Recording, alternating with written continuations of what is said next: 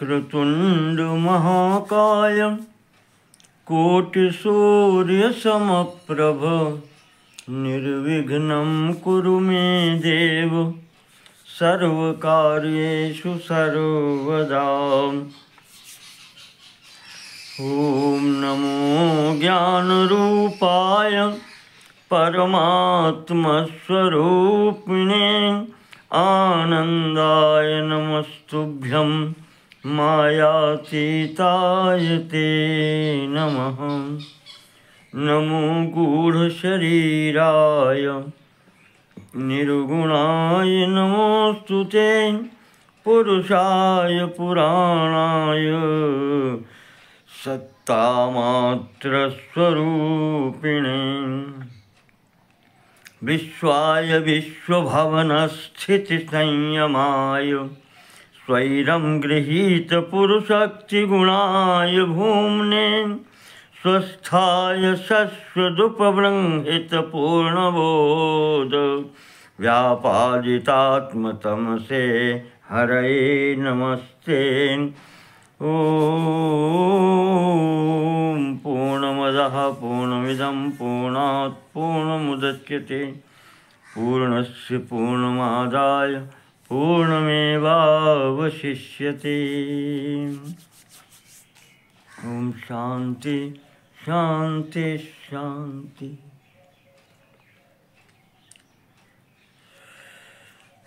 श्री वामन पुराण के पिछले भाग में हमने भगवती महामाया कात्यायनी देवी दुर्गा जी के द्वारा महिषासुर मर्दन की कथा सुनी।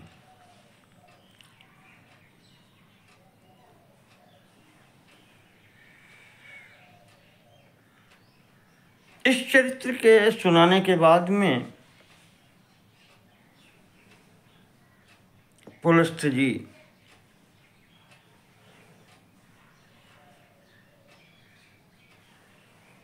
नारद जी से पूछते हैं कि और क्या सुनना चाहते हो।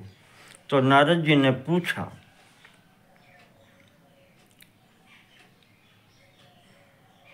पुलस्त्य कथतां तावद्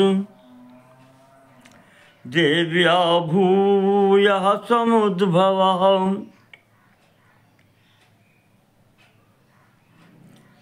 महत् कौतूहलं मेद्य विस्तराद ब्रह्मवित्तम। हे ब्रह्मवित्ता परम ज्ञानी महर्षि कश्यप जी, महर्षि पुलस्त्य जी, देवी के समुद्भव के बारे में, देवी की उत्पत्ति के बारे में हमें विस्तार सहित आप सुनावें। महत् कौतूहलम में अद्य, बहुत कौतूहल है, सुनने की इच्छा है, मेरी बड़ी अभिलाषा है। तो पुलस्त्य जी कहते हैं कि अच्छा देवर्षि सुनो।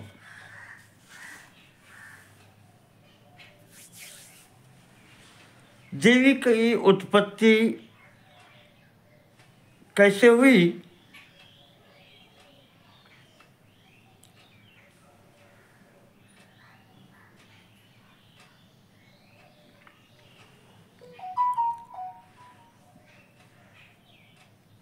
शुंभासुरवधार्थाय लोकानां हितकाम्या। एक बार शुंभ नामक असुर के वध के लिए भी भगवती की उत्पत्ति हुई। संपूर्ण लोकों के हित के लिए भगवती यहाँ आई। या सा हिमवतः पुत्री भवेनोढ़ा तपोधना उमा नाम्ना च तस्या च कोशाज्जाता तु कौशिकी संभूय विन्ध्यं गत्वा च भूयो भूतगणैर्वृता शुंभं चैव निशुंभं च वधिष्यति वरायुधै।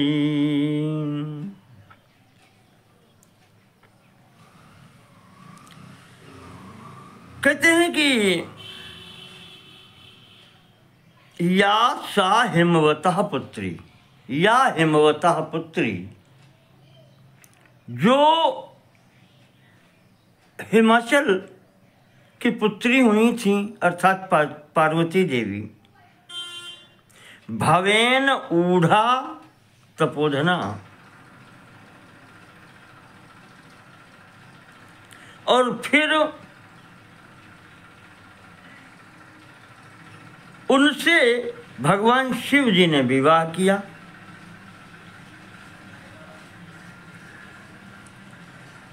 उमा नामना च तस्या, उनका नाम था उमा, पार्वती जी का नाम उमा है।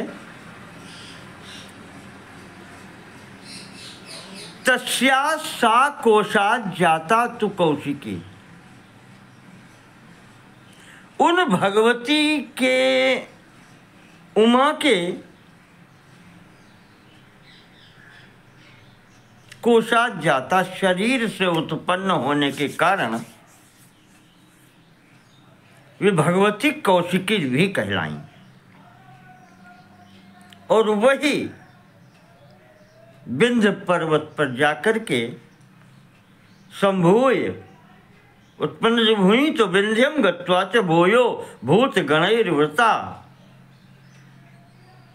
अपने वो भूत गणों से आवृत होकर के विंध्य पर्वत पर गईं।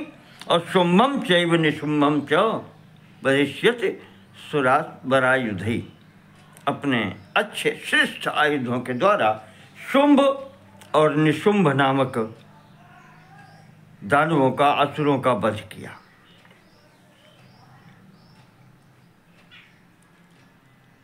नारद जी पूछते हैं कि पहले आपने बताया था कि दक्ष की पुत्री सती ही यहाँ हिमाचल की पुत्री हुई,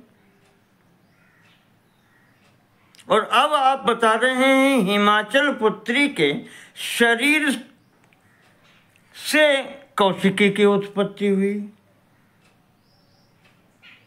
तब उन्होंने शुंभ निशुंभ का वध किया। विस्तार से आप कथा सुनाएं। पुलस जी कहते हैं कि सुनिए,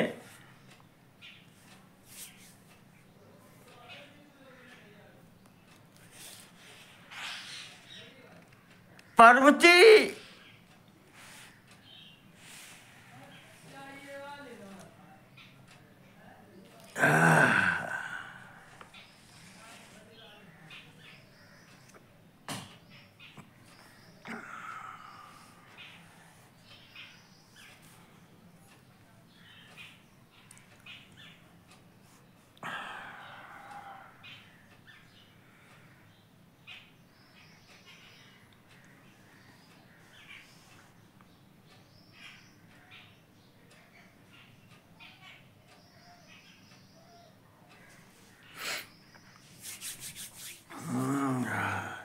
कहते हैं कि नारद जी दक्ष पुत्री सती के शरीर त्याग के पश्चात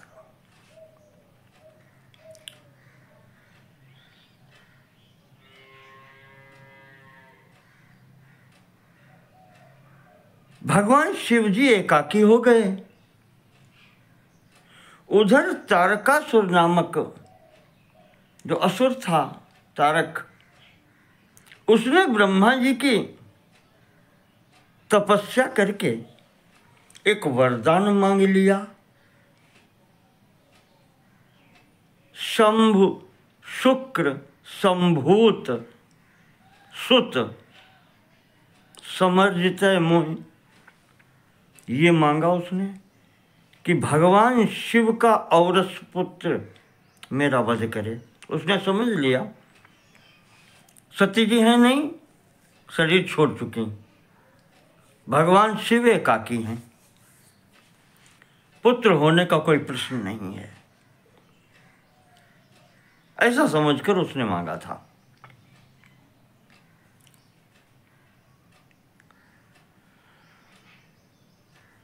तो उसी को याद दिलाते हुए पुलस्त जी कहते हैं कि देवर्षि उसी समय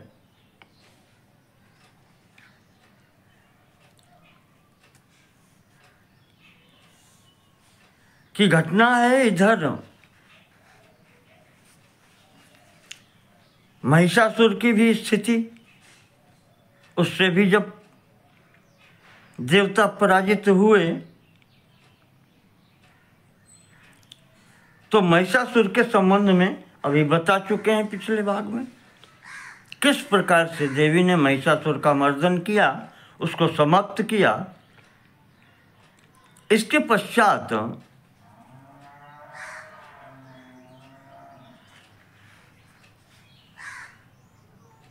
जब इस शुंभ और निशुंभ नाम के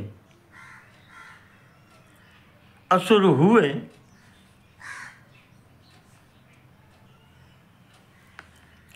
तो सब लोग जाकर के वहां पहुंचे, भगवान विष्णु जी के पास देवता लोग गए, वहां जाकर के विनती की।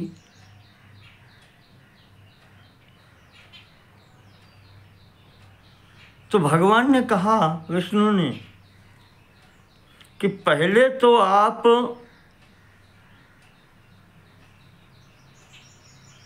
पितरों के पास जाएं।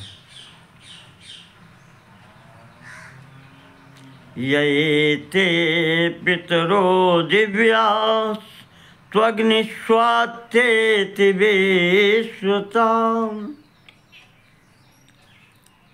अग्निस्वात्र नाम के जो पितर हैं,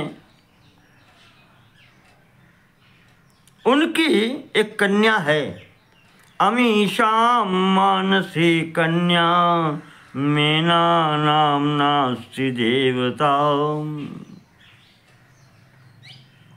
उनकी एक मानसी कन्या है जिसका नाम है मेना।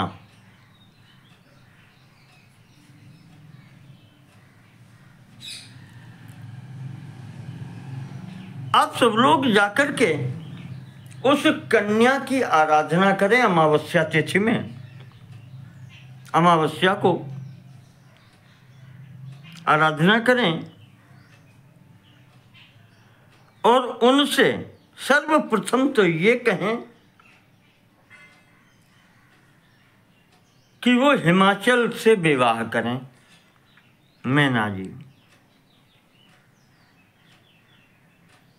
और कहते हैं उसी में वहां जो विवरण आया है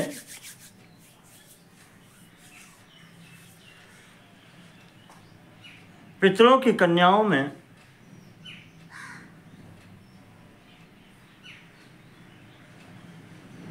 कहीं कहीं 3 कन्याएं कही गई हैं, मैना और सीता जी की माता संभवतः सुनैना भी हैं उसमें,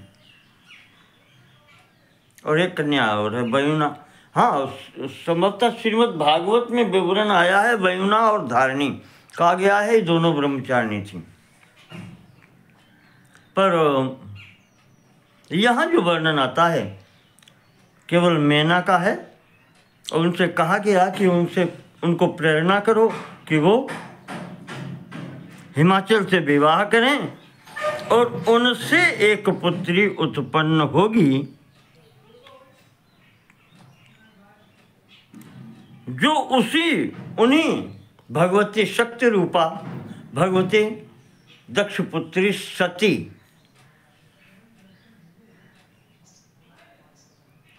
उन्हीं के गर्भ से यहाँ पर उत्पन्न होंगी।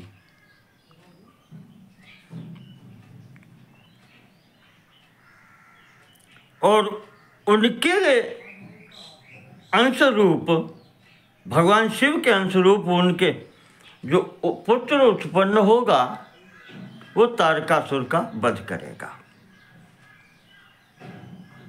ये तो आश्वासन इधर दिया।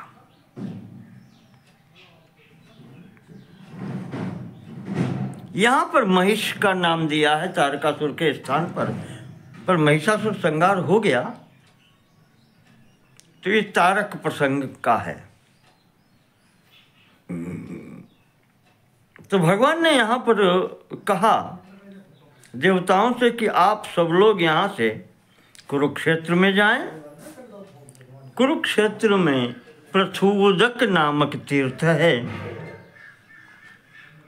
वहाँ जाकर के अग्निस्वात पितरों का पूजन करें। और अगर आप शत्रु को जीतना चाहते हैं, शत्रु की पराजय चाहते हैं, तो जो मैंने कहा है अमावस्या तिथि में जाकर के वहाँ पर सब कार्य संपन्न करें। पुलस्त्य जी कहते हैं कि देवर्षि, भगवान के द्वारा ये प्रेरणा दिए जाने पर देवताओं ने हाथ जोड़कर उनसे प्रश्न किया, प्रभु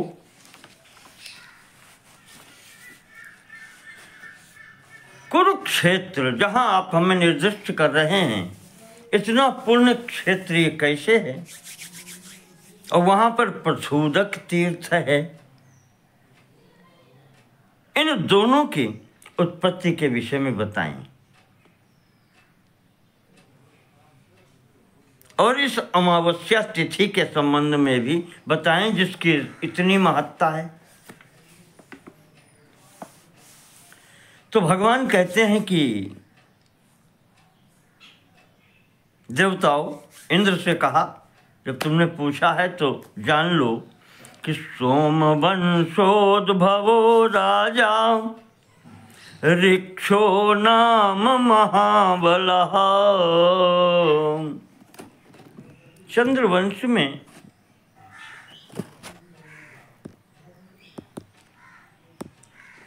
एक राजा ऋक्ष नाम के हुए हैं।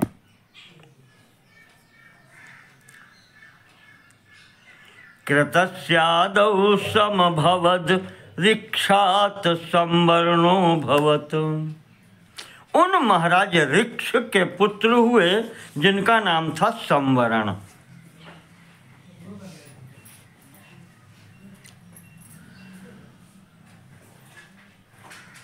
कहते हैं कि सच पित्रा निजे राज्य, आचरण में और गुणों में महाराज संवरण इतने श्रेष्ठ थे। सच पित्रा निजे राज्य, बाल एवाभिषेचितः। बचपन में ही महाराज जी ने संवरण का राज्याभिषेक कर दिया। बाल्ये धर्म निरतो, उस बचपन में ही भी वो धर्मनिष्ठ थे। मद्भक्त इष्ट सदा भवत, भगवान कहते हैं, और मेरे भी भक्त थे।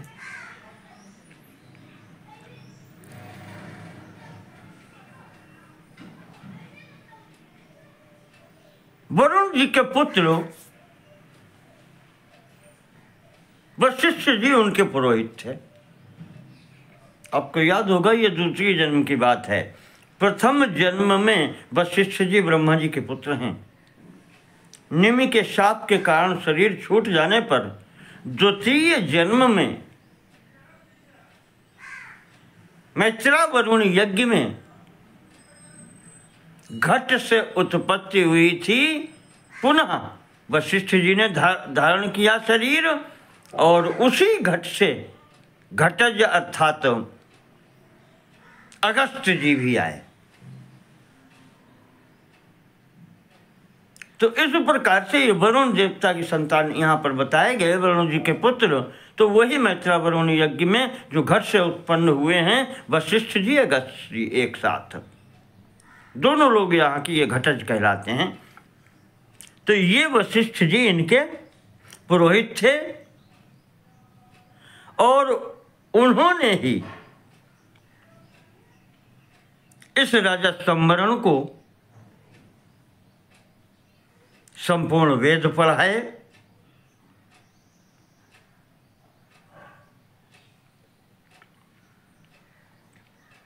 एक दिन की घटना है।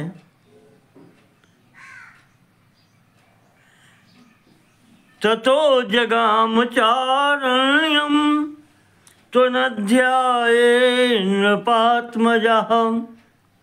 अनध्याये, जिस दिन पढ़ाई नहीं थी, अर्थात अवकाश का दिन था, वह नृपात्मज राजपुत्र जो संवरण थे, सर्वकर्मसु निक्षिप्य वशिष्ठम तपसाम निधि, राज्य कार्य का संपूर्ण कार्य वशिष्ठ जी को सौंप करके जगाम च अरण्यम, वन को चले गए।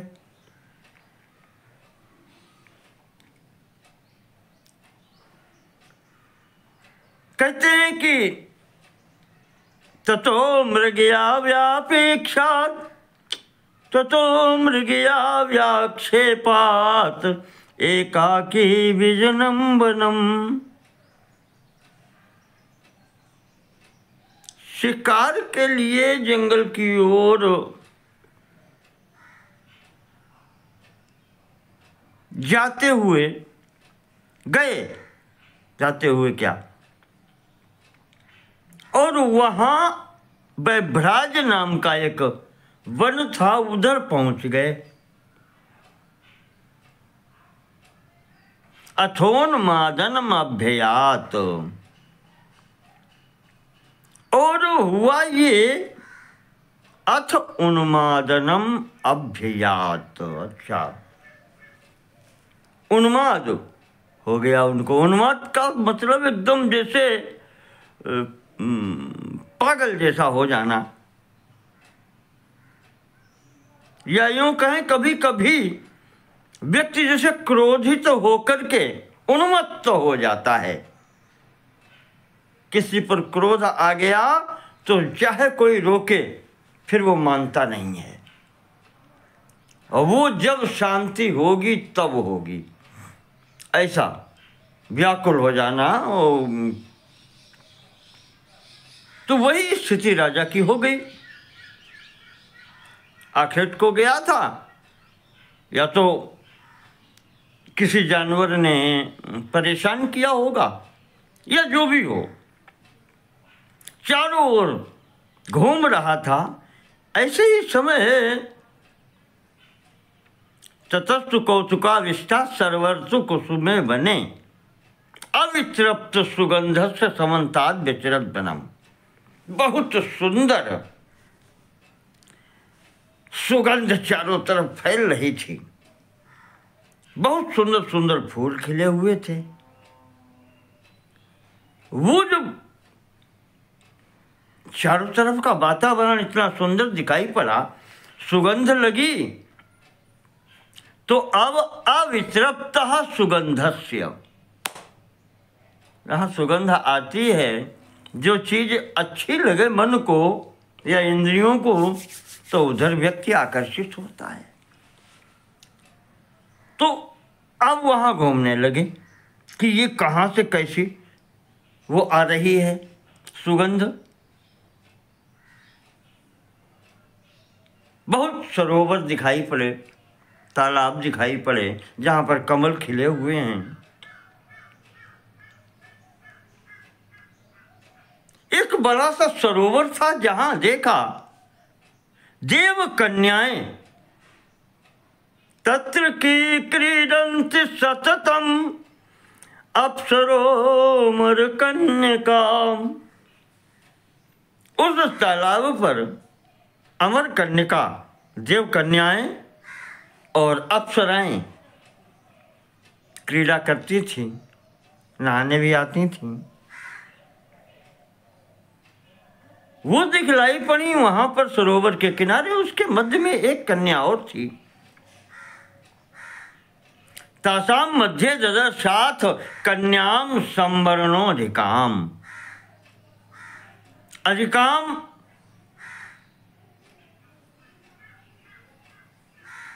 सब कन्याओं में अधिक एक कन्या संवरण जी को बहुत सुंदर लगी।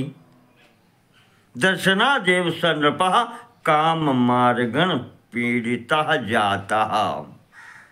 उस कन्या के दर्शन मात्र से महाराज सम्वरण काम बाण से पीड़ित हो गए।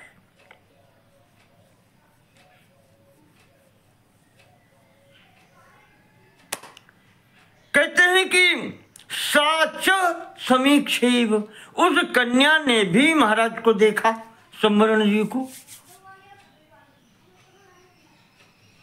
काम बाणातुरा भवत, वैसी स्थिति उस कन्या की भी हो गई। उभौ तो पीड़ितो मोहम, सम्वरण उस कन्या की ओर, वो कन्या सम्वरण की ओर देख करके दोनों एक दूसरे से मोहित तो हो गए।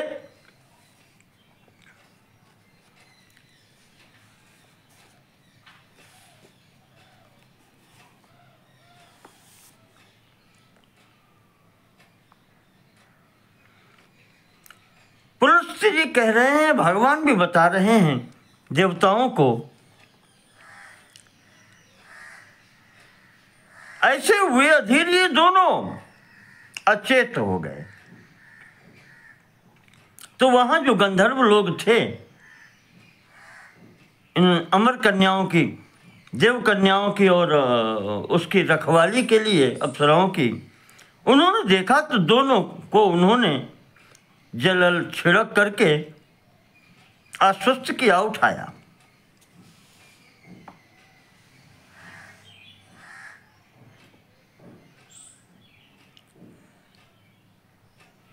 जब दोनों स्वस्थ हुए तो साचाप्सरोभिरुत्पात्य नीता पितृकुलम निजम। वो कन्या जो थी, देवकन्या, उसको आश्वासन देकर के ये जो अप्सराएं इत्यादि थीं, वो उसको अपने घर ले गईं और उसके पितृकुलम, अपने पिता के घर, वहाँ जहाँ से आई थीं, वहाँ उस कन्या को पहुँचाया, उसको आश्वासन दिया। और इधर ये राजा अपने घोड़े पर चढ़ करके अपने नगर में वापस चला आया। इसका मूल स्थान जो था, सचाप्यारुह तुर्गम प्रतिष्ठानम पुरोत्तमम। प्रतिष्ठानपुर नाम था इसके नगर का, राजा सम्वरण के।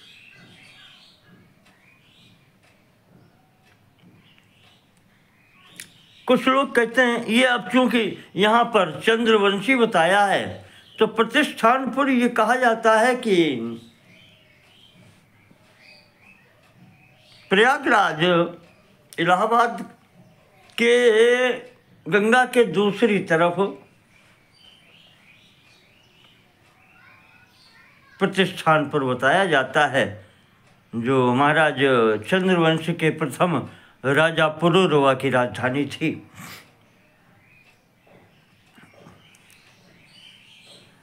उसी वंश में इनको बताया गया है। ऋक्ष नाम के राजा हुए ना, उनके पुत्र हैं सम्वरण जी। तो उसी प्रतिष्ठानपुर, जिसको संभवतः आजकल कुछ कहीं पर पैठान कहा जाता है, और कहीं कहीं पर कुछ लोग कहते हैं आधुनिक जोशी नाम का जो स्थान है वो है। जो भी हो, अब प्राचीन भूगोल और इस समय का कुछ तो अंतर रहेगा ही। तो वो अपने नगर चला गया।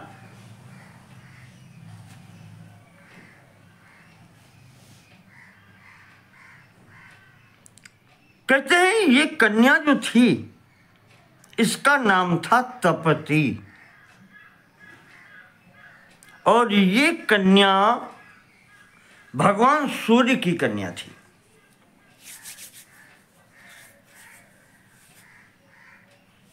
कई बार आपको बताया है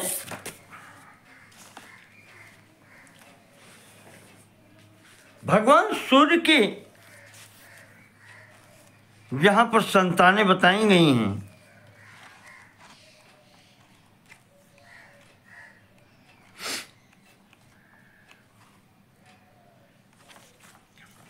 उनमें आया है कहीं कहीं भगवान सूर्य विवस्वान जो हैं उनकी एक ही पत्नी के 3 रूप हैं, और कहीं पर इन तीनों का अलग अलग विवरण मिलता है।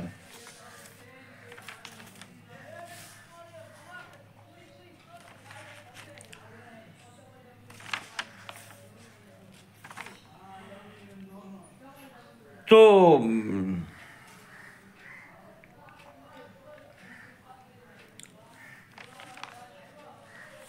वहां पर भगवान सूर्य की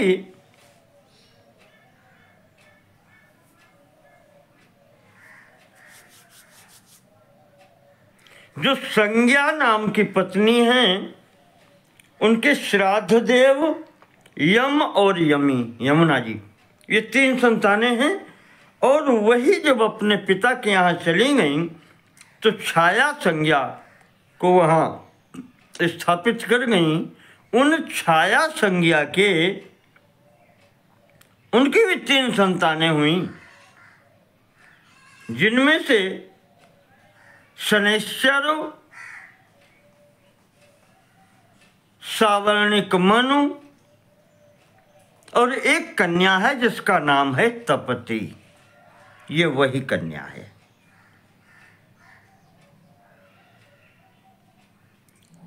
और सूर्य पत्नी जब बड़वा नाम से हुई तो उनके पुत्र अश्विनी कुमार हैं, नासत्य और दक्ष। इस प्रकार भगवान सूर्य की कहीं कहीं ये तीनों पत्नियां अलग अलग बताई गई हैं, और कहीं एक ही पत्नी ये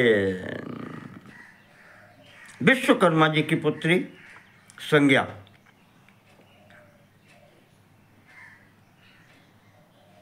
तीन रूपों में रही हैं। तो 8 संतानें हैं भगवान सूर्यदेव की। उनमें ही ये तपती कन्या है, छाया, पत्नी छाया से। तो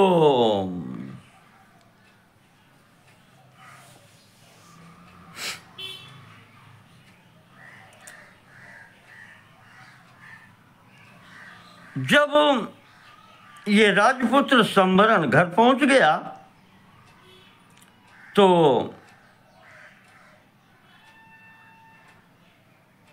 यदा प्रवृत्ति सा दृष्टा आर्क्षिणी तपति गिरौ तदा प्रवृत्ति नाशनाति दिवा स्वपितिनो निशि। इस राजा की स्थिति वो हो गई संभरण की, जब से इसने देखा है उस कन्या को, तब से न अस्नाति दिवा और न स्वपिति निशि। न भोजन अच्छा लगता है और न निद्रा आती है। ये स्थिति हो गई। वर्णात्मजः विदित्वा, ये वर्णात्मज महाराज वशिष्ठ जी ने जान लिया। तपति तापितम वीरम पार्थिवम तपसाम निधि। तपस्या के निधि महाराज वशिष्ठ जी ने जान लिया कि तपति तापितम ऐसा वीरा, ये वीर, इस संवरण राजा तपती कन्या को, भगवान सूर्य की पुत्री को इसने देखा है, इस कारण से इसकी ये दशा है। तो महाराज वशिष्ठ जी अपनी तपस्या के प्रभाव से सूर्य लोक में पहुंच गए। भगवान सूर्य देव का उन्होंने दर्शन किया, प्रणाम किया। सूर्य भगवान ने भी उनका आदर किया, आसन दिया, बिठाया।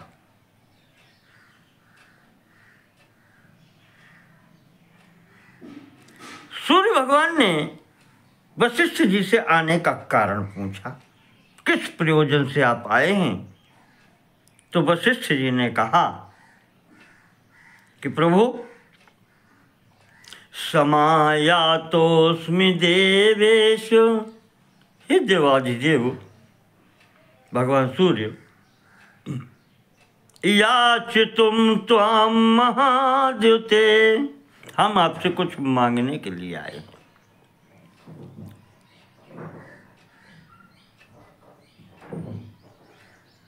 सुताम संवरणस्यार्थे तस्य त्वं दातुमर्हसि। प्रभु, आपकी एक कन्या है, पुत्री है। हम अपने राजकुमार के लिए आपकी कन्या मांगने आए हैं। आप उसे प्रदान करें।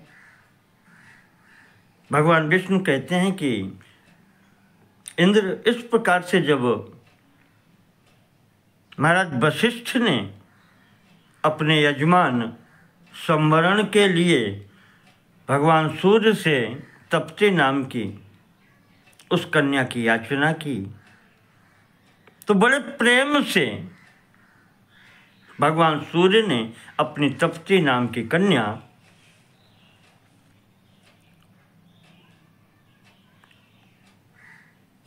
विवाह के लिए वशिष्ठ जी को दे दी।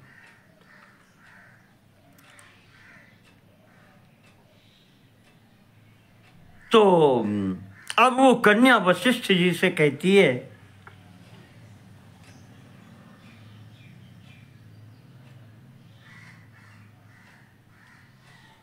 कि प्रभु,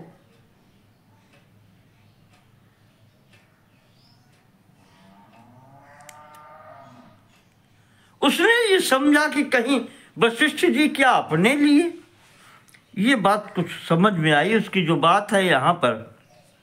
तो उसने पहले तो कहा कि प्रभु, हमने जिसे देखा था, जिसका मैंने वरण किया था, वो मुझे राजकुमार प्रतीत हो रहे थे। उनके लक्षणों से, शारीरिक लक्षणों से भी, स्वभाव से भी उसने पूर्ण वर्णन किया। और कहती है, व्रतः स भर्ता भगवन् हि पूर्वम् तम राजपुत्रम भुवि संविचिन्त्य ददस्व मां नाथ तपस्विने सुमयि गुणोपपन्नाय समीहिताय। प्रभु, मैंने अपने भर्ता के रूप में, स्वामी के रूप में उसी राजकुमार का चिंतन किया था। तो ददस्व मां नाथ तपस्विने स्मयि, तो भगवान हमें उसी राजकुमार को अर्पण कीजिएगा। नेहान्य कामा प्रवदन्ति संतो दातुम तथान्यस्य विभो क्षमस्व। क्योंकि संतों का कहना ये है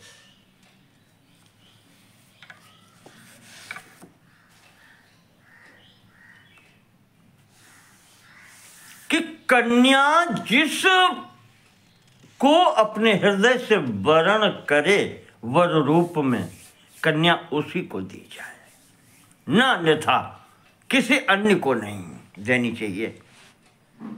और प्रभु, हमने उस राजकुमार का हृदय से पति रूप में वरण किया है, तो प्रभु हमें उसी को दें। वशिष्ठ जी से कन्या कहती है। तो भगवान विष्णु बता रहे कि इंद्र, वशिष्ठ जी ने जब कन्या की बात सुनी तो थोड़ा सा पहले चिंतित हुए, फिर उन्होंने नेत्र बंद करके चिंतन किया। चिंतन करके कहने लगे, पुत्री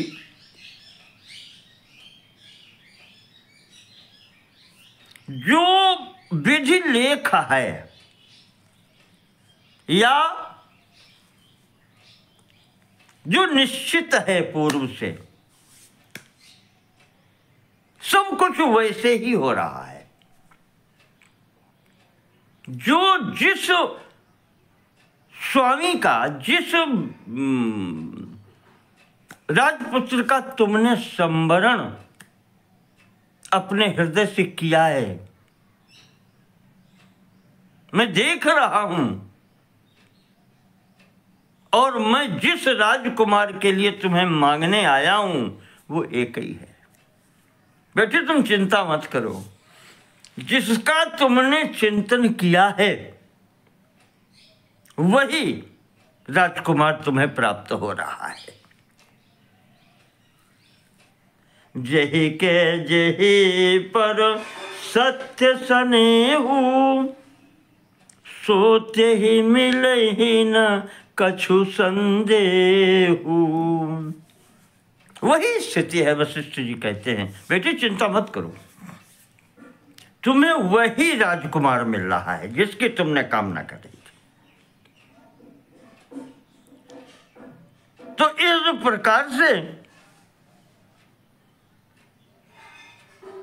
वशिष्ठ जी ने आश्वासन दिया इस तपति को, कन्या को, और उधर वशिष्ठ जी आश्रम में इस कन्या को अपने लेकर के आते हैं, और वहीं राजकुमार भी आता है। संवरण गुरु जी को प्रणाम करता है तो कन्या वहीं दिखाई पड़ी।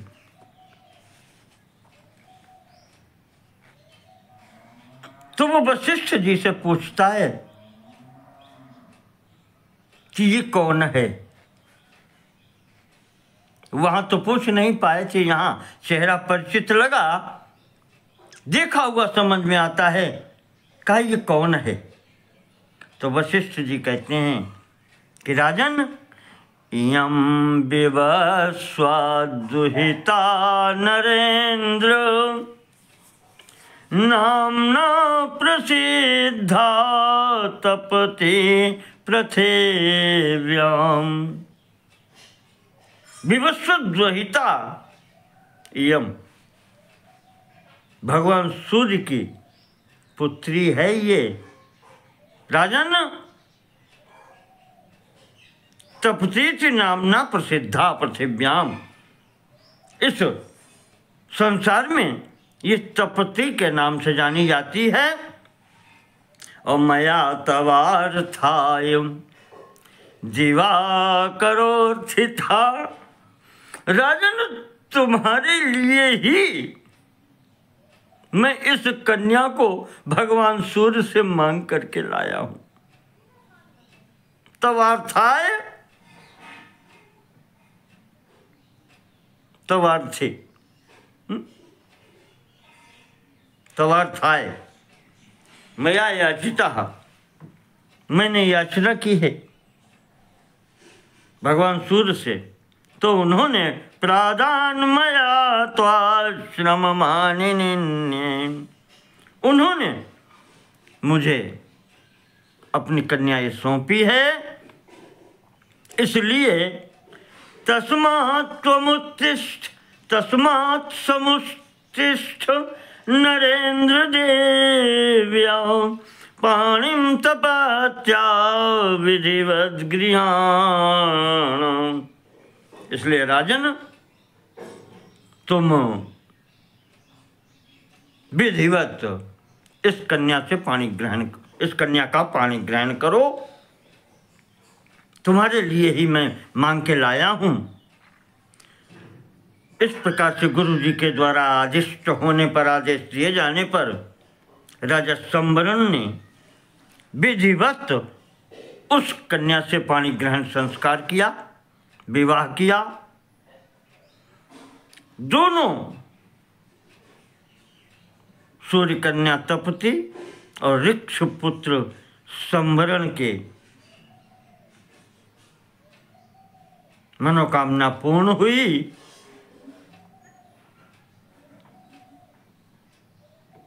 कहते हैं कि वो अपने महलों में इस प्रकार से व्यवहार करने लगे। महाराज संबरण अपने घर ले गए, जैसे इंद्र और शची अपने घर में रहते हैं।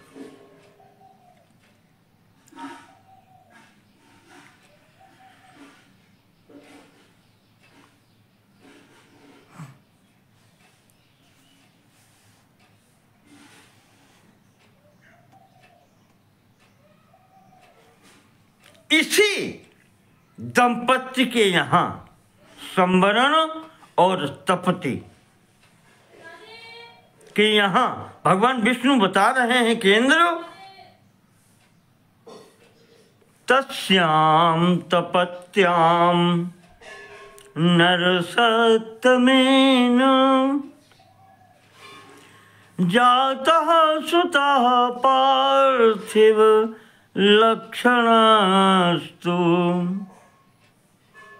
सजात कर्मादि भिरेव संस्कृतो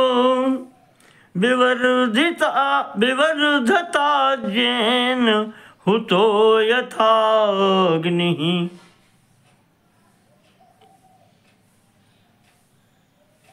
राजा संबरण के द्वारा तपति के गर्भ से एक पुत्र उत्तम लक्षणों से युक्त उत्पन्न हुआ।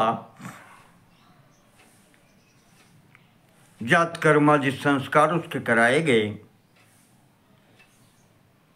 वो बालक का पालन पोषण होने लगा, ऐसे बढ़ने लगा जैसे घृत की आहुति से हवन कुंड में अग्नि प्रज्वलित तो होती है और बढ़ती है। इस प्रकार से वो बालक भी बढ़ने लगा। कृतोस्य चूड़ाकरणस्य देवा विप्रेण मित्रा वरुणात्मजेन।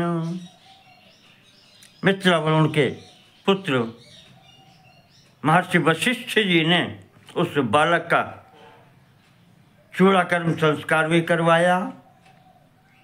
नवाब्दिकस्य व्रतवंदनम च, 9वें वर्ष में उसका यज्ञोपवीत संस्कार कराया गया है। वेदे च शास्त्रे विधि पारगो भूत। फिर उस बालक को वेद और शास्त्रों का अध्ययन कराया गया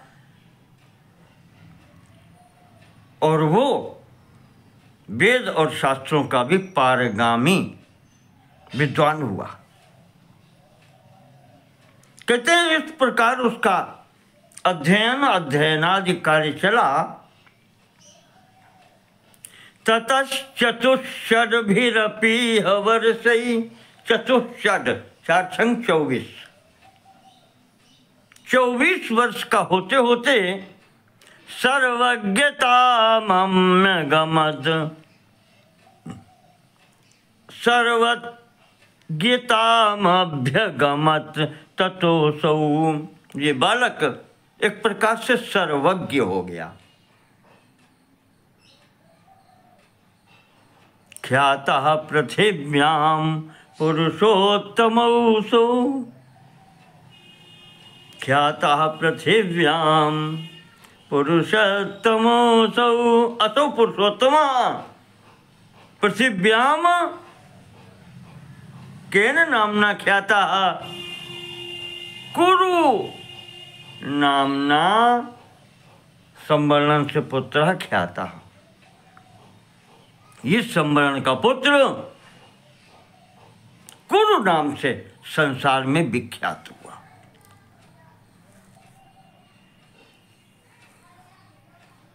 चौबीस वर्ष की अवस्था में कहते हैं ये सर्वज्ञ हो गया।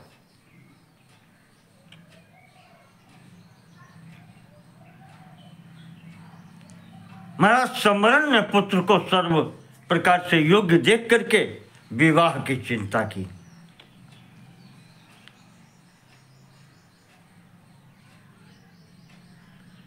उस समय एक सुदामा नाम के राजा थे। उनकी पुत्री थी जिनका नाम था सौदामिनी। सौदामिनीं सुदाम्नस्तु, सुदामा की पुत्री जो सौदामिनी थी, सुदाम्नस्तु सुताम, सुदामा जी की, राजा सुदामा जो थे उनकी पुत्री रूपाधिकाम बहुत सुंदर थी। कुरोर अर्थाय वर्तमान सप्रादात कुर्वे पिताम। महाराज सम्वरण ने अपने पुत्र कुरु के लिए उस कन्या का वरण किया और राजा सुदामा ने भी श्रद्धा पूर्वक उसको समर्पित कर दिया।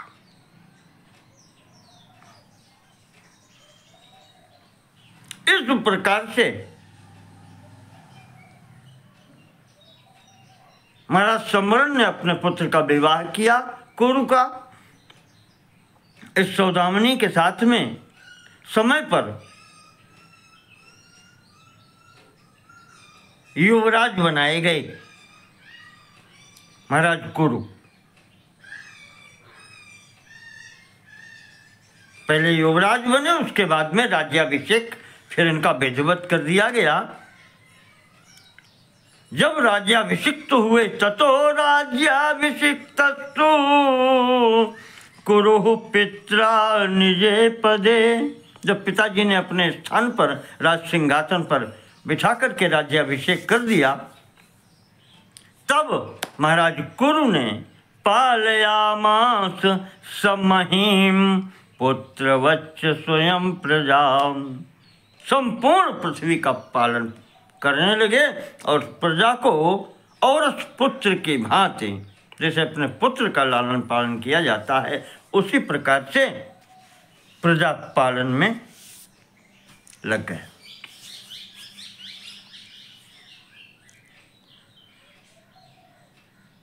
और इस प्रकार से उन्होंने किया। बहुत अच्छे राजा थे। सएव क्षेत्रपालो भूत, संपूर्ण भूमि की भी वही रक्षा करते थे। पशुपाला सएव ही, पशुओं की भी रक्षा वही करते थे। सर्वपालकश्चासीत, यों कहें कि प्राणी मात्र के पालन करता उस समय महाराज कुरु थे।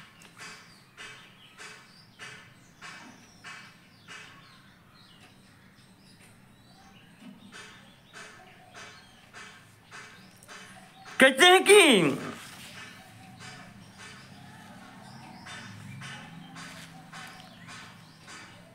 ततोच्च बुद्धिरुत्पन्ना कीर्तिर्लोके गरीयसी। महाराज जी को, कुरु को विचार आया एक दिन कि संसार से में जो भी आता है वो तो जाता ही है। संसार में कोई प्राणी स्थिर होकर के नहीं रह पाया। आया है सो जाएगा राजा रंक फकीर, कोई सिंहासन चढ़े चले, कोई बंधे जंजीर। जाना सबको है, चाहे रथ और सिंहासन पर बैठ के जाओ या जंजीर में बंध के जाओ।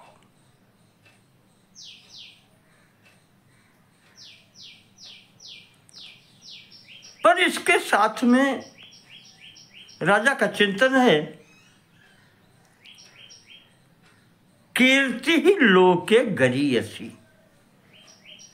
संसार में व्यक्ति की कीर्ति, यश जिसको कहते हैं, वो सर्वश्रेष्ठ वस्तु है और वो यहाँ पर रहती है।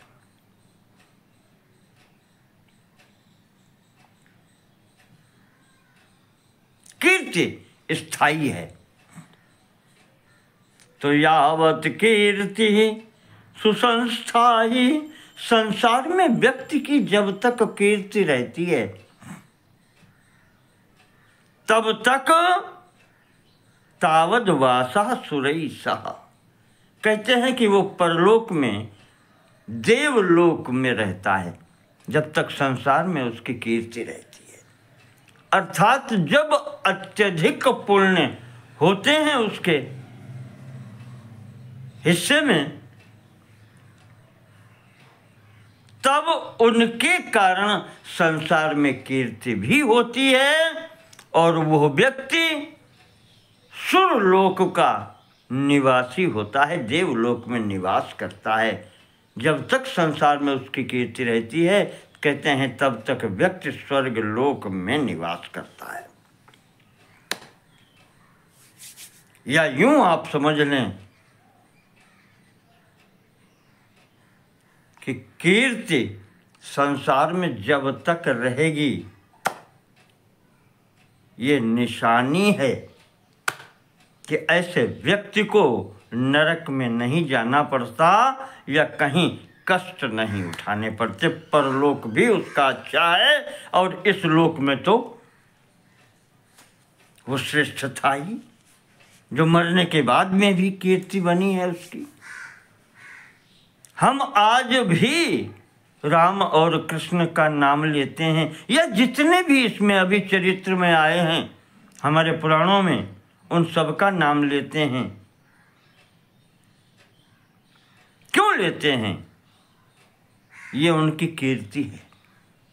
ये ऐसे कार्य उन्होंने किए हैं जिसके कारण आज भी उनका हजारों, लाखों, करोड़ों वर्षों बाद भी नाम लिया जाता है।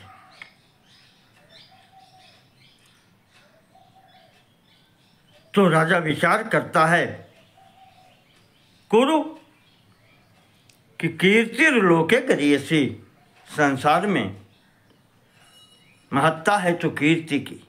जब तक कीर्ति संसार में रहेगी, लोग अच्छे स्वरूप में याद करेंगे, तब तक व्यक्ति स्वर्ग लोक में रहता है।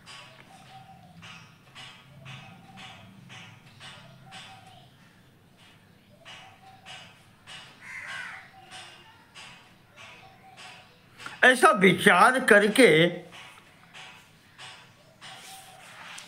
उस राजा ने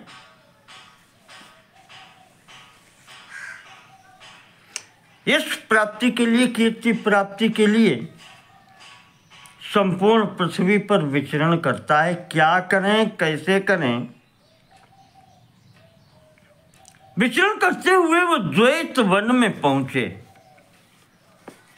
तत्र देवीं ददर्शाथ पुण्यां पाप विमोचनीं प्लक्षजां ब्रह्मणः पुत्रीं हरिजिह्वां सरस्वतीं। उस द्वैत वन में समस्त पापों का नाश करने वाली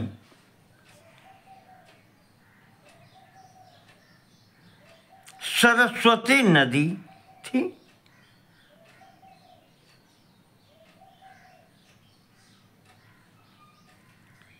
वहां पहुंच करके उन्होंने स्नान किया। तस्यास्तज्जलमीक्षैव स्नात्वा प्रीतो भवन नृप। बहुत प्रेम से राजा कुरु ने वहां स्नान किया और वहीं पर उसके उत्तर दिशा में कुछ हटके वहां से समंत पंचकम नाम धर्म स्थानमनुत्तमम्।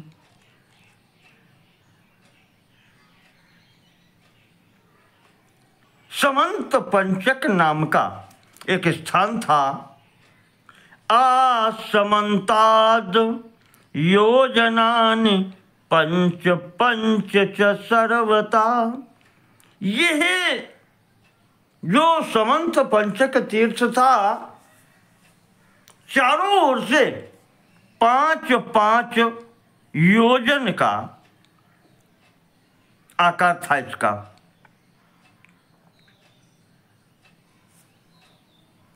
या तो यूं कहें 5 योजन लंबा 5 योजन चौड़ा क्षेत्र, या यूं कहें कि 5 योजन की त्रिज्या वाला क्षेत्र समंत पंचक के मध्य से लगा करके 5 योजन की त्रिज्या वाला क्षेत्र समंत पंचक तीर्थ कहलाता है। वहां पहुंच गया आपने। वहां जाकर के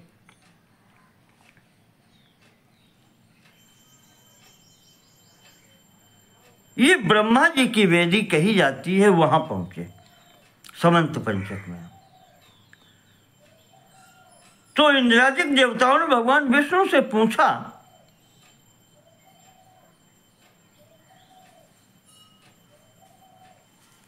आपने जो ये कहा कि सरस्वती की उत्तर दिशा में, उत्तर दिशा का नाम ले दिया आपने, तब उसके बाद में ये कहा कि समाजगाम च पुनर्ब्रह्मणो वेदिम उत्तराम। ब्रह्मा जी की वेदी है उत्तराम, उत्तर वेदी है। तो वही देवताओं ने पूछा कि आपने उत्तर दिशा की ब्रह्मा जी की वेदी ये बताई, तो क्या ब्रह्मा जी की वेदी और भी कहीं है? कितनी वेदियां हैं ब्रह्मा जी की? तो भगवान कहते हैं कि ब्रह्मा जी की संसार में 5 वेदी हैं।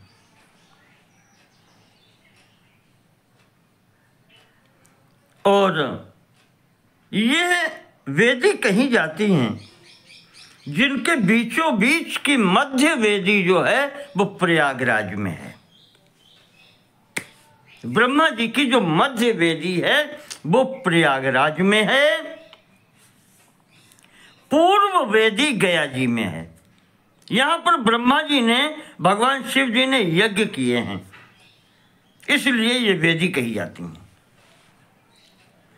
प्रयाग मध्य वेदी है, गया में पूर्व वेदी है।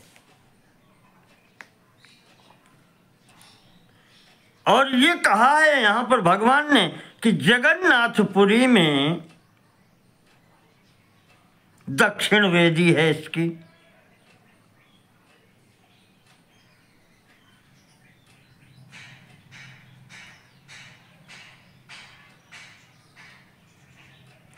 और ये पुष्कर वेदी जो है, ये है पुष्कर में ब्रह्मा जी का जो स्थान है, ये पश्चिम वेदी है।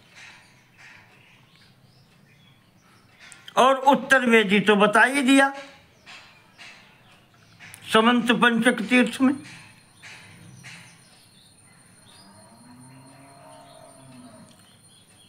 तो इस प्रकार से ब्रह्मा जी की 5 वेदियां बता दी।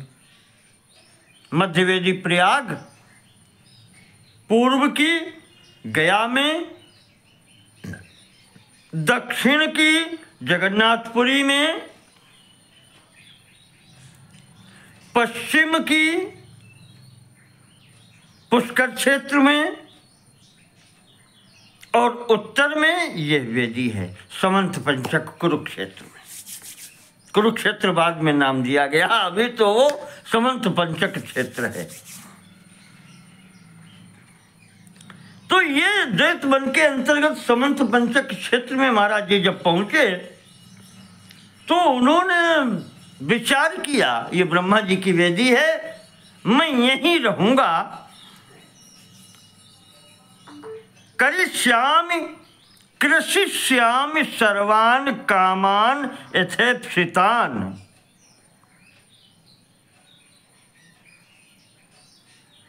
तम मन्यत राजर्षिर् इदम क्षेत्रम महाफलम। उसने विचार किया मैं यहीं रहूंगा, करिष्यामि कृषिष्यामि, धर्म की खेती करेंगे इस क्षेत्र में।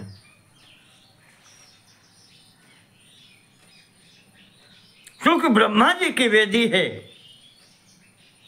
उत्तर वेदी है, तो बहुत पवित्र स्थान है, अब यहीं करेंगे। तो ये चिंतन करके त्यक्त्वा स्यंदनम उत्तमम, राजा ने रथ का परित्याग कर दिया। चक्रे कीर्त्यर्थमतुलम संस्थानम पार्थिवर्षभो, अपनी कीर्ति के लिए, यश को फैलाने के लिए इस संपूर्ण स्थल को समतल करवाया।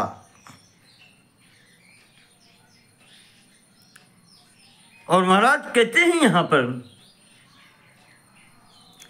कृत्वा क्षीरम च सौवर्णम, क्षीरम हलम, महाराज जी ने हल बनवाया सौवर्णम, सोने का। धर्म की खेती करनी है तो महाराज कुरु ने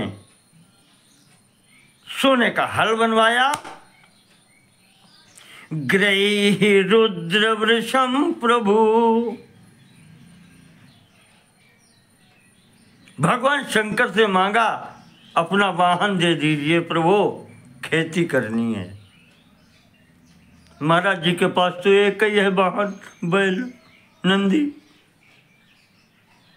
एक से क्या होगा,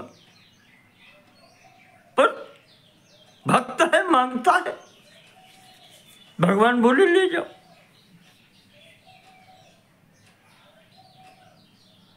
अब एक से क्या होगा, तो महाराज कुरु ध्यान करते हैं, यमराज के पास है दूसरा बैल, ना सही दूसरा सही।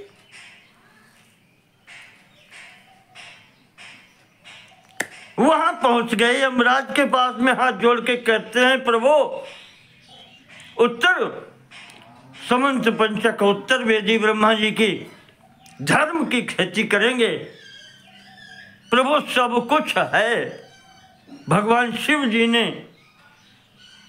हल कर्षण के लिए अपना वाहन दे दिया, आप भी सहायता कर दीजिए। दूसरा जोड़ीदार चाहिए, नंदी जी के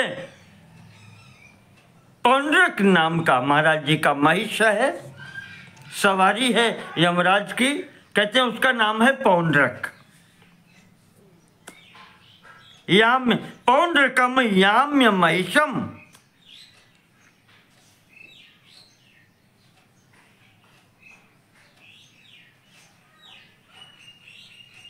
वो मांगा आपने, भगवान यमराज ने कहा ले जाओ बेटा। तो शिव जी के नंदीश्वर वृषभ और पौंड्रक नाम के महिष यमराज के वाहन, इन दोनों को मांग के लाए महाराज कुरु, और सोने का हल में इन दोनों को जोत करके स्वयं कृषक बने, स्वयं कर्षित मुद्यता, स्वयं हल जोतने को तैयार हुए। इस प्रकार से महाराज जी ने वो समस्त भूमि कृषि कार्य के लिए समतल की, हल जोता भूमि तैयार करके, कहते हैं एक बार वहां इंद्र आ गए। जब ये सब देखा तो कौतूहल से इंद्र आ गए यहां पर। इंद्र ने पूछा राजन कर क्या रहे हो, किम इदम भवान कर तुमिहोद्यतः। राजन, इंद्र ने पूछा राजन यहां तुम क्या करना चाहते हो, तुम राजा हो, आज ये हल जोत रहे हो, क्या चाहते हो। तो राजा कहते हैं राजा ब्रवीत सुरवरम, राजा इंद्र से कहते हैं, राजा जो कुरु हैं वो इंद्र को उत्तर देते हैं, तपः सत्यम क्षमां दयां कृशामि शौचं दानं च योगं च ब्रह्मचारिताम्। 7 चीजें बताई, तपस्या, सत्य, क्षमा, दया, शौच, दान, योग और ब्रह्मचर्य। 8 चीजें बताई।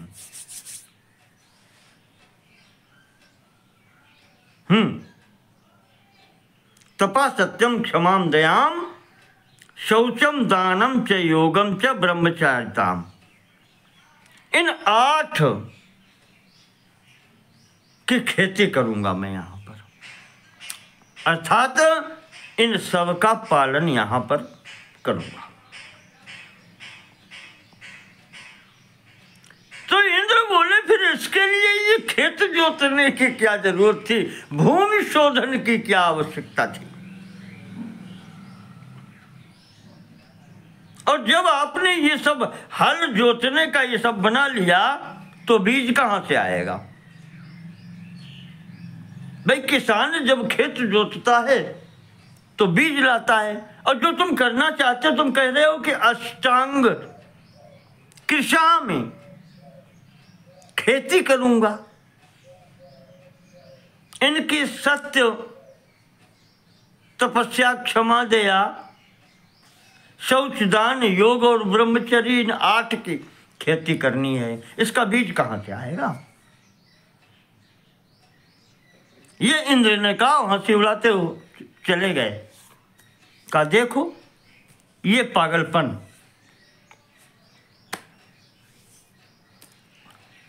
कहते हैं महाराज अपने स्थान से हिले नहीं, प्रतिदिन हल चलाते थे और ये स्थिति बनी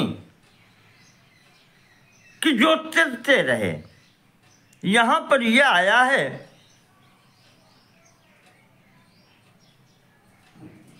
गतेऽपि शक्रे राजर्षि अहन्यहन शीर्धृक्।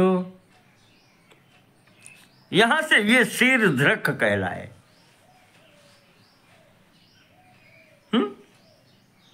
हल जोतने वाले महाराज या हल धारण करने वाले महाराज कुरु प्रतिदिन अहन्यहनि कृषते अन्यान समन्ताच सप्त कोशान महीपति। चारों तरफ से 7 कोश पृथ्वी जोत डाली।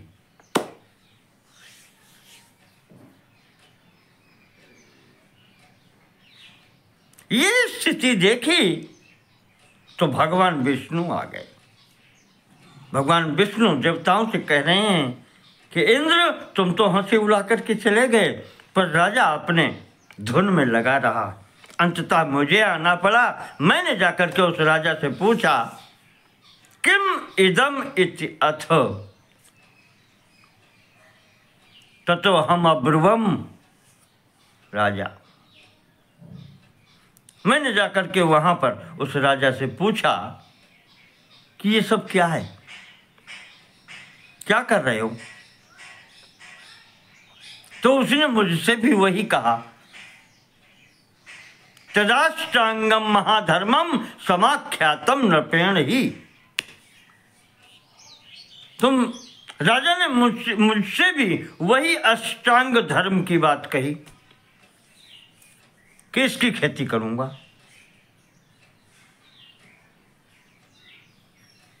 तो भगवान कहते हैं कि मैंने राजा कुरु से पूछा कि तुम खेती करोगे, खेत जोत भी लिया, इसके लिए बीज कहाँ है।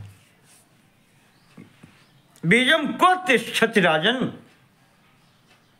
इस खेत में बोने के लिए बीज कहाँ है।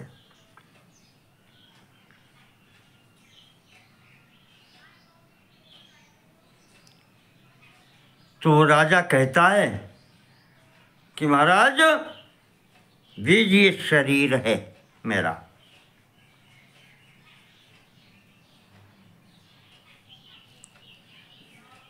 ये मेरा शरीर ही बीज है।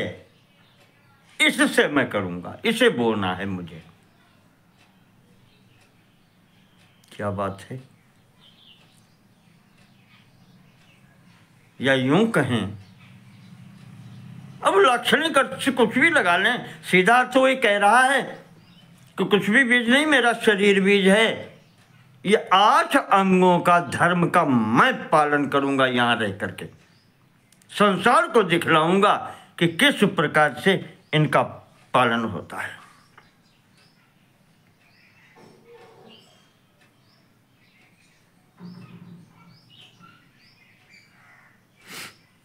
भगवान कहते हैं कि ठीक है, तुम्हारे शरीर में है तो लाओ मुझे दो, तुम हल चलाओ, मैं बोता हूं पीछे से। हाँ, बोलने के लिए दूसरा आदमी चाहिए। भगवान विष्णु ने कहा कि राजन, तुम कहते हो मेरे शरीर में बीज है, तो लाओ बीज मुझे दो, तुम आगे चलो, हल चलाओ, मैं पीछे से बोता हूं।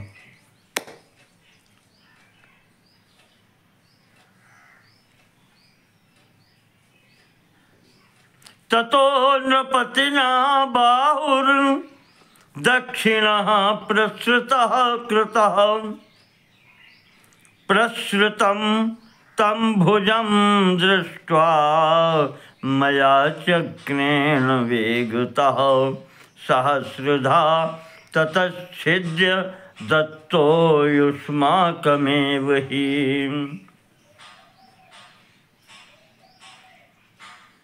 ततः सभ्यो भुजो राज्ञां दत्तश्छिन्नोऽप्यसौ मया तथैवोरुयुगं प्रादान् मया छिन्नौ च तौ उभौ।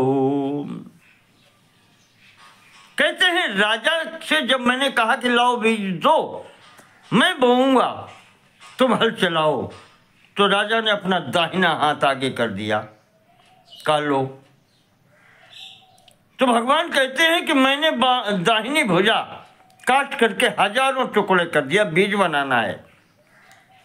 तो उस राजा ने बाईं भुजा भी कर दी सामने, मैंने उसका भी वही कर दिया, हजारों टुकड़े कर दिए। इसी प्रकार से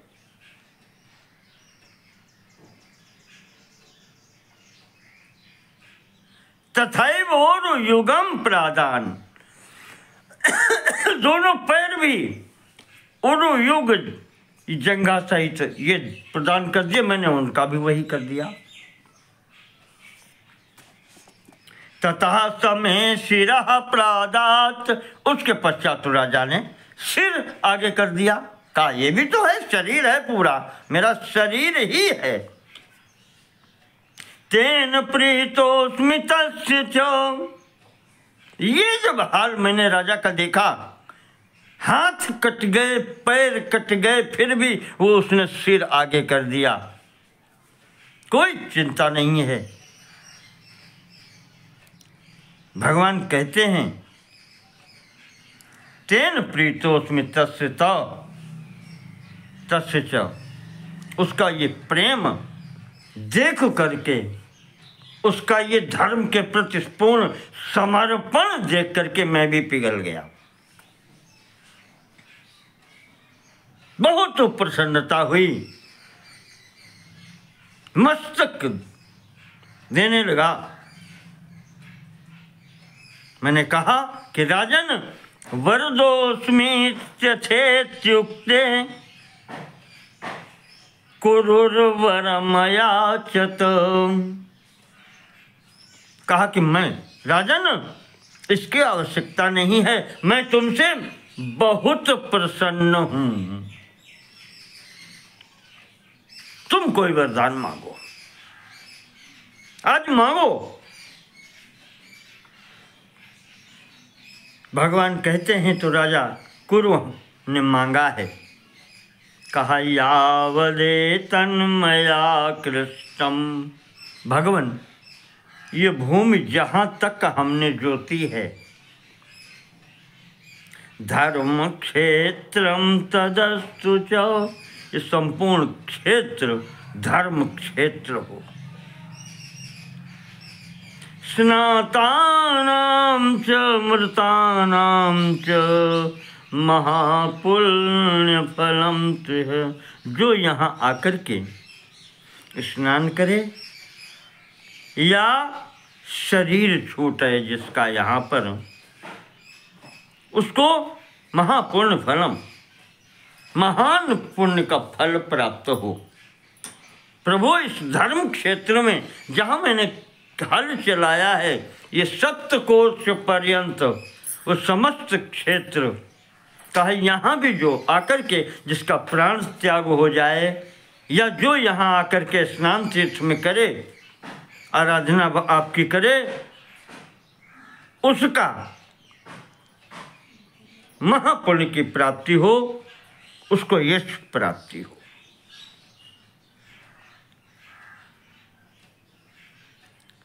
उपवासं च दानं च स्नानं जप्यं च माधव होम यज्ञादिकं चान्यं शुभं वाप्यशुभं तत्।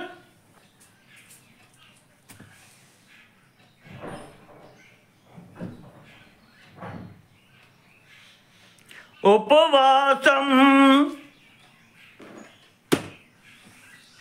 च दानं च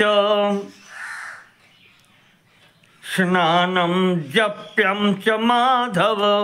हे भगवान, माधव लक्ष्मी जी के पति हैं आप। यहाँ जो भी व्यक्ति आकर के स्नान करे, उपवास करे, दान करे, जप करे, होम यज्ञादिकम चान्यत् शुभम वाप्य शुभम विभो। जो भी जप हवन यज्ञ या अन्य कोई शुभ कर्म या अशुभ कर्म जो भी इस क्षेत्र में करे वो अक्षय हो। अशुभम आपे, अगर कोई आकर के यहाँ पर अशुभ कार्य करता है तो वो अशुभ भी अक्षय हो जाता है।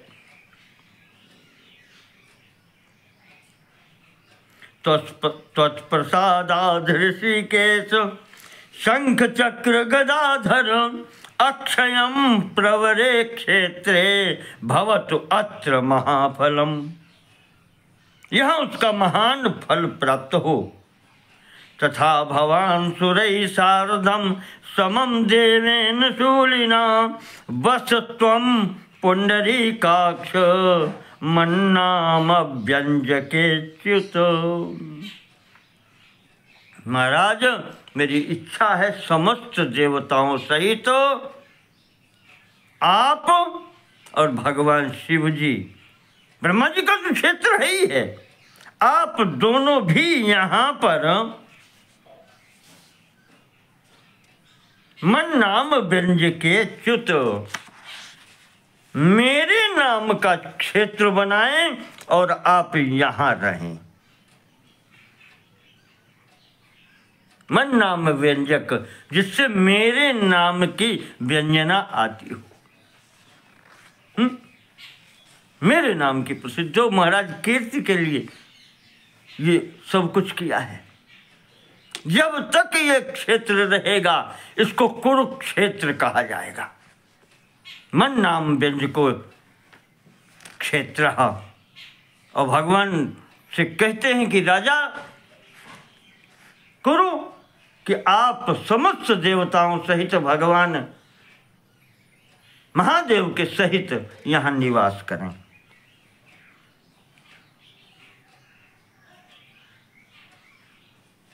राजा ने जब ये वरदान मांगा है तो भगवान विष्णु इंद्र को बता रहे, इत्येवम् उक्तस्तेन अहम राज्ञा बाढ़म उवाच तम। बाढ़म उवाच अहम, मैंने राजा से उसके बात सत्य करने की प्रतिज्ञा कर दी। कहा ऐसे ही हो राजन। तथा च त्वं दिव्य वपुर भव भूयो महीपते। और मैंने उस राजा को वरदान दिया कि जैसे पूर्व शरीर तुम्हारा था वैसा ही दिव्य शरीर तुम्हें प्राप्त हो जाए पुनः। तथांत काले मामेव लयम एष्यसि सुब्रत।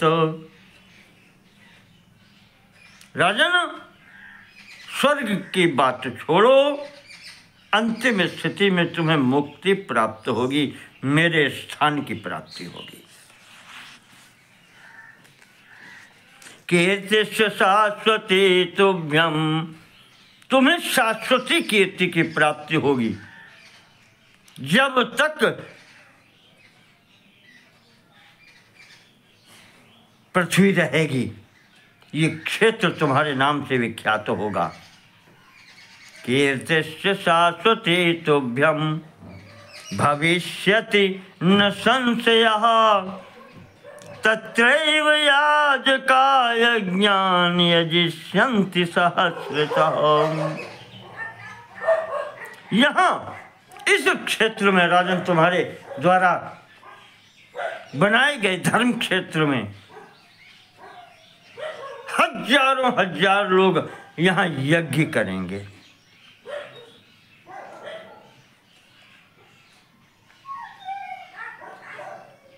भगवान ने इस क्षेत्र की रक्षा के लिए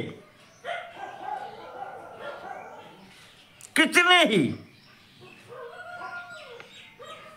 लोगों को नियुक्त किया। यक्षम च चंद्र नामानम, चंद्र नाम के एक यक्ष हैं, उनकी नियुक्ति हुई इस क्षेत्र की रक्षा के लिए।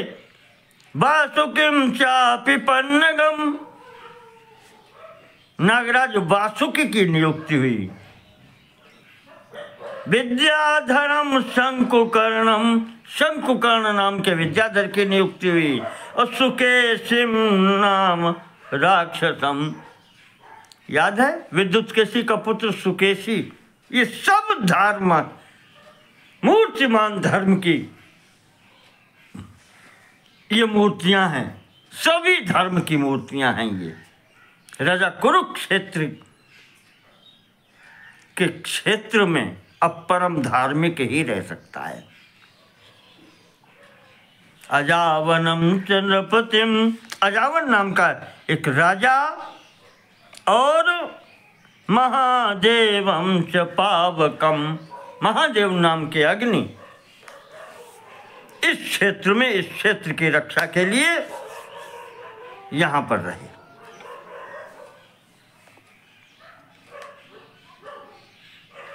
चारों ओर से सब मिलकर के इस क्षेत्र की रक्षा करते हैं। अष्टौ सहस्राणि धनुर्धराणाम ये वारयन्ति सुदुष्कृतान् वै, 8000 धनुष धारण करने वाले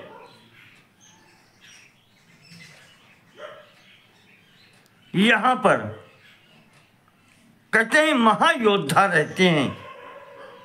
ये वारयन्ति इह सुदुष्कृतान् वै, यहाँ वो पापियों को नहीं आने देते।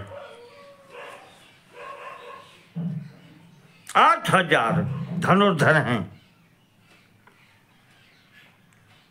स्नातुम न यच्छन्ति महोग्र रूपा, वो इतने उग्र रूप वाले हैं कि वो स्नान भी नहीं करने देते। यहाँ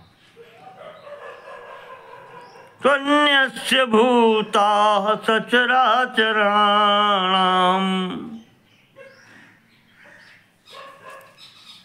सचराचर संपूर्ण सृष्टि के में जो पापी हैं उनको वो यहाँ नहीं प्रवेश करने देते। तस्यैव मध्ये बहुपुण्ययुक्तः प्रचोदकः पापहरः शिवश्च, कहते उसी प्रदेश के मध्य में, इस प्रदेश को कुरुजांगल भी कहा गया है। कुरुजांगल प्रदेश ये जो है, इसी में प्रचोदक नाम का एक तीर्थ है।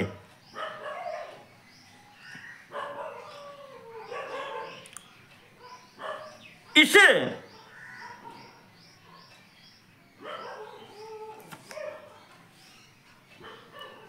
स्थापित किया था ब्रह्मा जी ने, क्योंकि ब्रह्मा जी की वेदी ही है। तो सृष्टि के प्रारंभ में ही ये तीर्थ स्थापित किया गया था।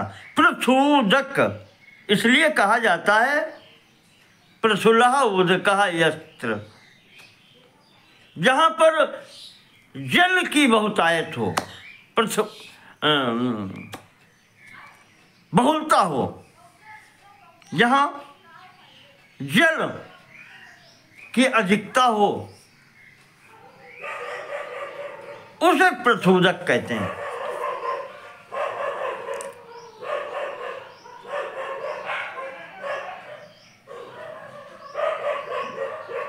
अधिक क्या कहें, भगवान कह रहे हैं कि इस प्रसूदक क्षेत्र के जो ब्रह्मा जी ने स्थापना की, तथा च सर्वाणि महालवानि तीर्थानि नद्यः श्रवणासरांसि संनिर्मितानि महाभुजेन तच्चैक्यमागात् सलिलं महीषु। उस जल में, उस प्रसूदक तीर्थ में संपूर्ण समुद्रों के, तीर्थों के, नदियों के जो जल स्रोत हैं, तालाबों के, उन सब का जल उसमें ब्रह्मा जी ने डाल दिया, एकत्र कर दिया।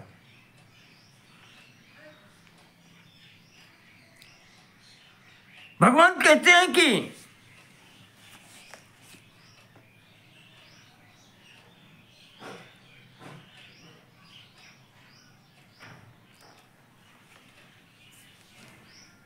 इस प्रकार से महाराज जी ने, पुलस्त्य जी बता रहे नारद जी को कि भगवान विष्णु ने देवताओं को इस प्रकार से प्रसूदक तीर्थ और उसके बहाने से ये कुरुक्षेत्र का पूर्ण विवरण दिया, विस्तृत। और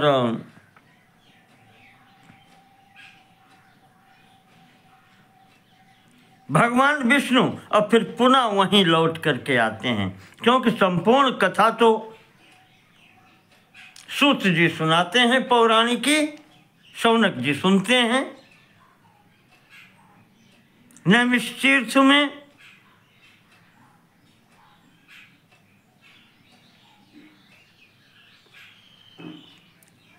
पर यहाँ भगवान विष्णु कह रहे हैं कि सरस्वती दृशद्वत्योरंतरे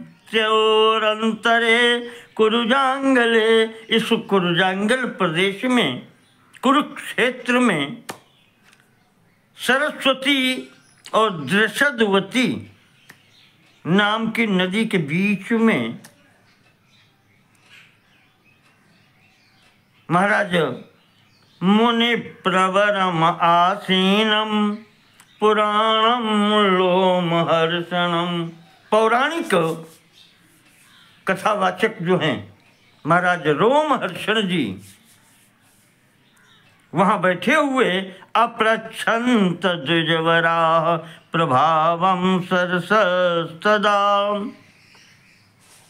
ब्राह्मणों के पूछने पर इस समस्त क्षेत्र के बारे में,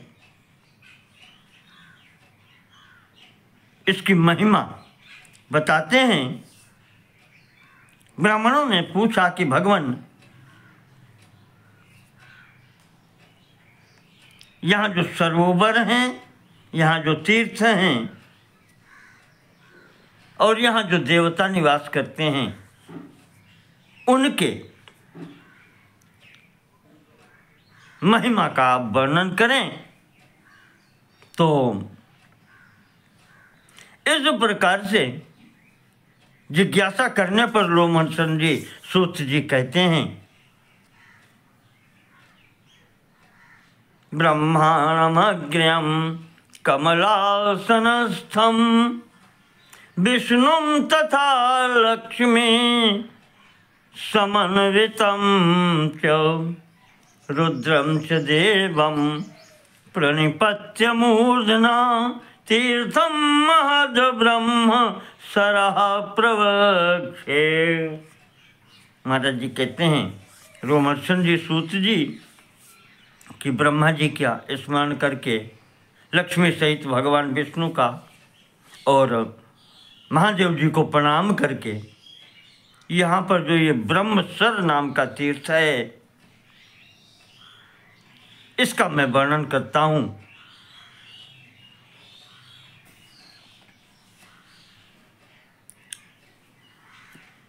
कहा कि रंतुका दौजसं यावद पावनाच चतुर्मुखम सरः सन्निहितं प्रोक्तम ब्रह्मणा पूर्वमेव तु। कहा ये जो ब्रह्मसर कहा जाता है, इसका नाम पहले सन्निहित सरोवर था और ब्रह्मा जी ने बतलाया था इसकी विस्तार रंतुक नामक क्षेत्र से लेकर ओजस नामक स्थान तक तथा दूसरी दिशा में पावन नाम से के स्थान से लेकर चतुर्मुख तक ये क्षेत्र सन्निहित सर कहा जाता है।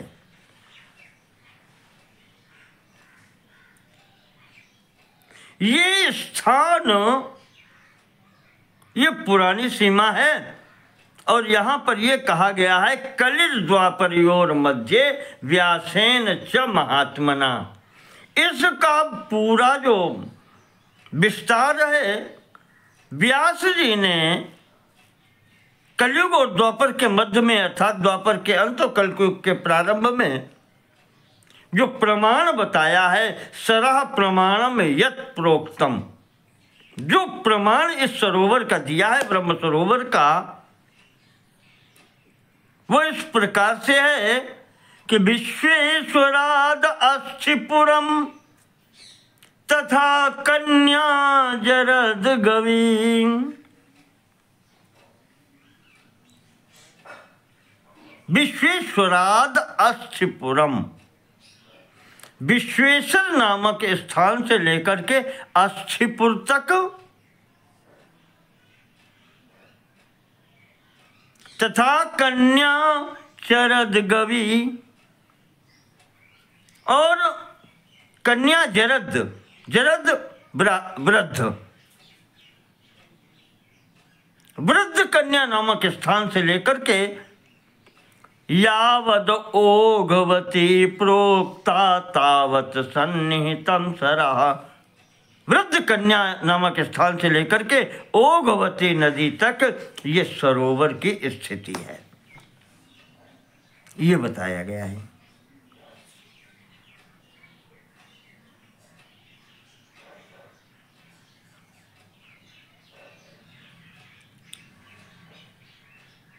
अब यहाँ पर कहते हैं भगवान विष्णु जी ने जो स्थान बताया था, अब ये रोमहर्षण जी बता रहे हैं,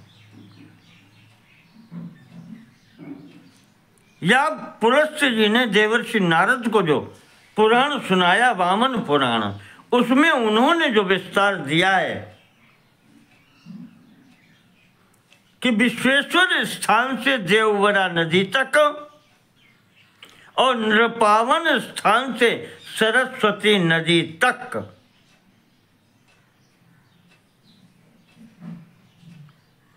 चारों तरफ इसका विस्तार जो है अर्ध योजनम, आधा योजन का विस्तार है, अर्थात 4 कोस का जो योजन माना जाता है उसके अनुसार 2 कोस का विस्तार है चारों तरफ इसका, 2 कोस और 2 कोस इस सरोवर का। जो भी इस सरोवर का नित्य प्रति सेवन करते हैं उनकी समस्त इच्छाएं पूर्ण होती हैं और मोक्ष सेवन्ते मुक्ति कामार्थम स्वर्गार्थम चापरे स्थिता। जो भी व्यक्ति स्वर्ग की इच्छा से या मुक्ति की इच्छा से यहाँ आकर के रहता है, इसका तीर्थ का सेवन करता है, उसकी इच्छाएं पूर्ण होती हैं। यहीं पर ब्रह्मा जी भी रहे, क्योंकि ये ब्रह्मा जी की वेदी है।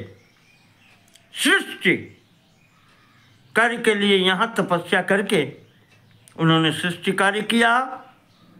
यहीं पर तपस्या करके भगवान विष्णु ने पालन कार्य किया। भगवान शिव जी ने भी इसी सरोवर के मध्य में बैठ करके स्थिरत्व प्राप्त किया, इसलिए उनको स्थाणु भी कहते हैं। पहले इसका नाम ब्रह्मवेदी था।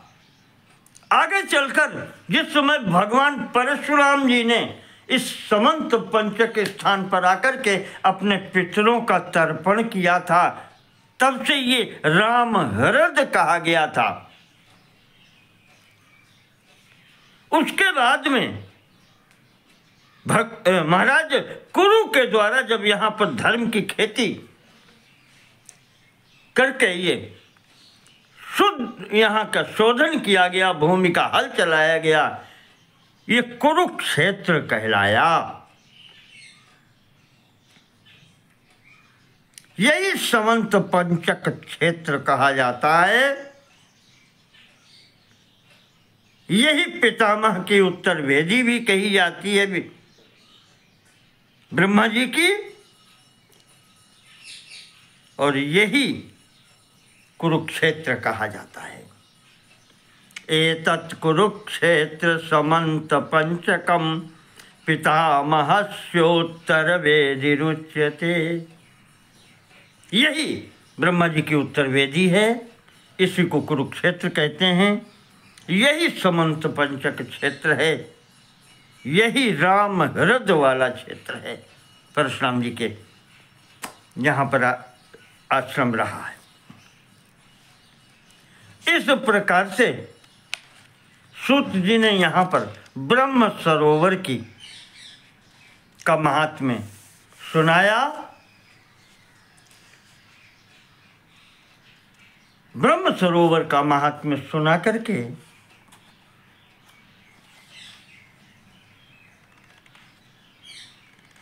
जो ब्राह्मणों ने इनसे पूछा था,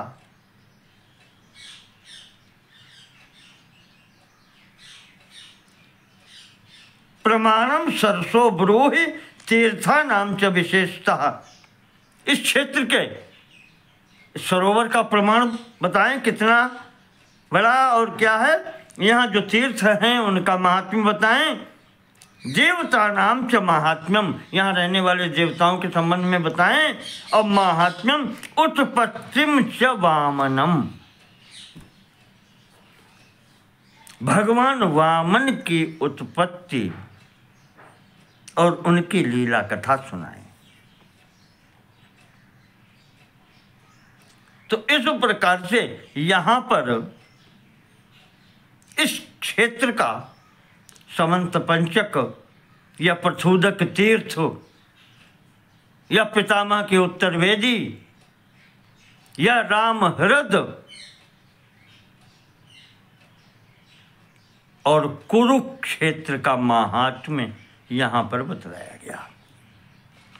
इससे आगे का प्रसंग अब वामन चरित्र जी, भगवान के चरित्र, वामन अवतार की बात होगी, तो वो अगले भाग में देखेंगे। नमो नमः। सर्वेषां कृते धन्यवादः।